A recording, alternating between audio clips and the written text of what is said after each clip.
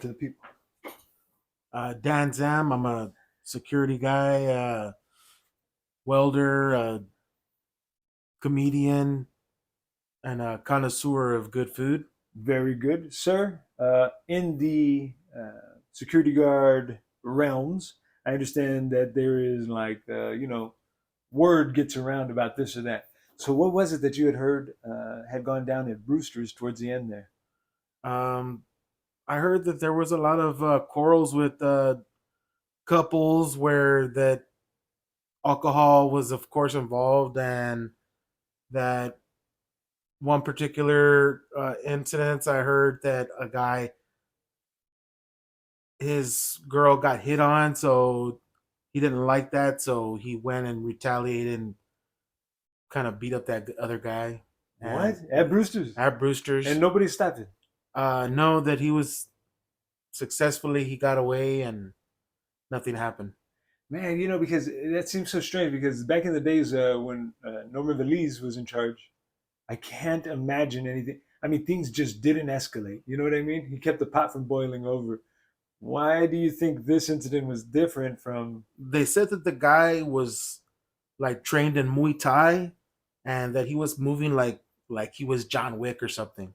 Muy impressive? Yeah, Mexican John Wick, Juan Wick, Uh-uh. something. You're telling me there's a legend of a guy who whooped some ass over at Brewster's. You kind of look like Wolverine, like a Mexican Wolverine, though. Like, Is this real? I'm serious. I mean, This isn't a joke. he goes around, and sometimes I think that he's like muy machismo, one of these Mexican dudes from San Antonio that just like, Wait a minute. So there's a guy in the security guard community that everybody is like uttering things about and like spreading gossip about and saying there's this ghost from the South Side who's like Jackie Chan meets Bruce Lee. he's out there. He's definitely out there. How do you guys figure out who it is? Do y'all share pictures or something? Well, I mean, he drinks a lot, and he usually he goes and he finds the young ladies, or maybe he has a lady with him, a lady friend, you know, and him and that lady friend, maybe that they do like a tag team thing where maybe they pick up sucias What? on the south side. It's been known to go down. All right. Well, that pretty much feels like where it stops being my business. So let's move on to another subject, man. Okay. Okay, question I have for you. One of the things that you and I have discussed privately that I thought was kind of interesting is you said that while you've been working security at a certain establishment, that you've seen this, that, and the third. But one of the things that I thought was kind of surprising to me was you were saying that there is a certain taste for a certain type of individual here, specifically women. Yeah, I've noticed that at the clubs that there's a lot of girls with nice figures, but what's really gotten popular is girls showing their panzas. You're kidding. Yeah, the girls showing their panzas, they're getting a lot of chances. Yes, Are you? But is it? Wait a minute. Are you saying this like as an actual fact? Like it's just something that there's so many people doing this that it's just an indisputable fact? Or are you saying like you saw something impressive in one lady who was able to attract a lot of men well, I'm who just saying happened to be a thick queen? sometimes that these girls go and they're thicker. That's a thicker girl. San Antonio is producing a thicker woman, and Sturdy. very sturdy woman, and that they come in all shapes and colors. But Okay. the midsection where the panza is, it seems to be a little bit more pronounced. Really? So is that different? Like, so you're a child of the '90s, yeah? Yes, Is this vastly different from what you remember from the '90s, or is this just a continuation of more of the same? I mean, it's like, if we can talk about cars, like, okay, a Corvette's always nice, but a nice Impala with some thickness on it, you know, a real stallion, like a Megan the Stallion type of woman. Wait a minute, wait a minute. First of all, I don't know what the hell you're saying, but let's roll back and let me just ask you. So in the '90s, was it like this? Thick queens were getting their due attention, or is that a new development in the This is a new 2020s? development, very new. Really? Very new. Yes, that So what do you these think that? So is what you're trying to get at that like people like Megan Thee Stallion, these kinds of figures have popularized that kind of look? Is that what you're saying? all I can say is that Doc Brown's it goes down, and there's there's lots of panzas. Okay, last thing I want to talk to you about. This one's a little bit different from the other things. You voted for Obama 2 times Yes, and eventually voted for Trump this next time, yeah? correct. And you're probably going to vote for him again. Yes, I don't want you to go into too much. I ain't trying to get all that smoke. I don't want it. I'm just here for vacation, having a good time, enjoying myself. But I thought that was such an interesting fact about you that I had to ask this one question. I have met a lot of people like you who voted for Obama once or twice. Some true Democrats, even thrice. Just kidding. well, I think that with No, don't the whole start that Biden, shit. I was just kidding. I was just kidding. Okay, so let's get back to it, right?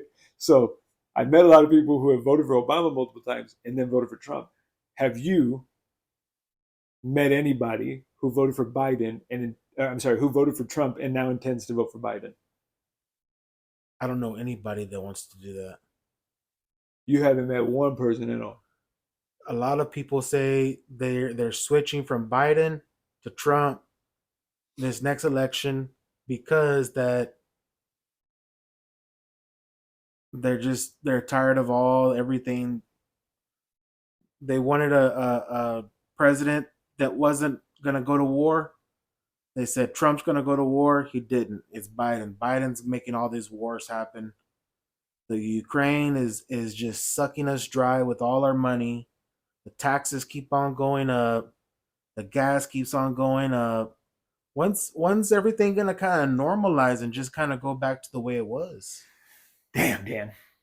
A year ago, a couple years ago, any of those times, I would have probably shied away from most of the things you're saying. But everything that you're saying right now feels like the reality of what is happening. I don't like that our money is going to foreign countries. We have no damn business. I hate that prices for groceries and gas and everything in between has gone up. Uh, but everybody is going to make their own decision. And for whatever reason, what I would love though is if somebody out there did vote for Trump and is going to vote for Biden this next round, I would love to talk to you. I would love to understand your frame of mind. And in that case, I would I too. would then invite you to talk more about those things. But in the absence of a counter view of like a balancing viewpoint, I feel like it's just dunking on an old man who's not here. So for Right. those reasons, Okay, hold on. If uh-huh. there's gonna be a back and forth with the No, with not a the back and forth. You tell your story, they tell their okay, story. if they wanted to tell their story, they need to have hard facts and maybe like No, pictures no, and no. That's not how this works. facts. No, that's not how this works. You see, because everybody gets to vote however the hell they decided. If I decide that I want to vote for somebody because I had a lollipop and the lollipop told me that day I should vote for that individual, I can do that. That's all right. So they don't have to come with facts and figures. All I want to understand on this program is why.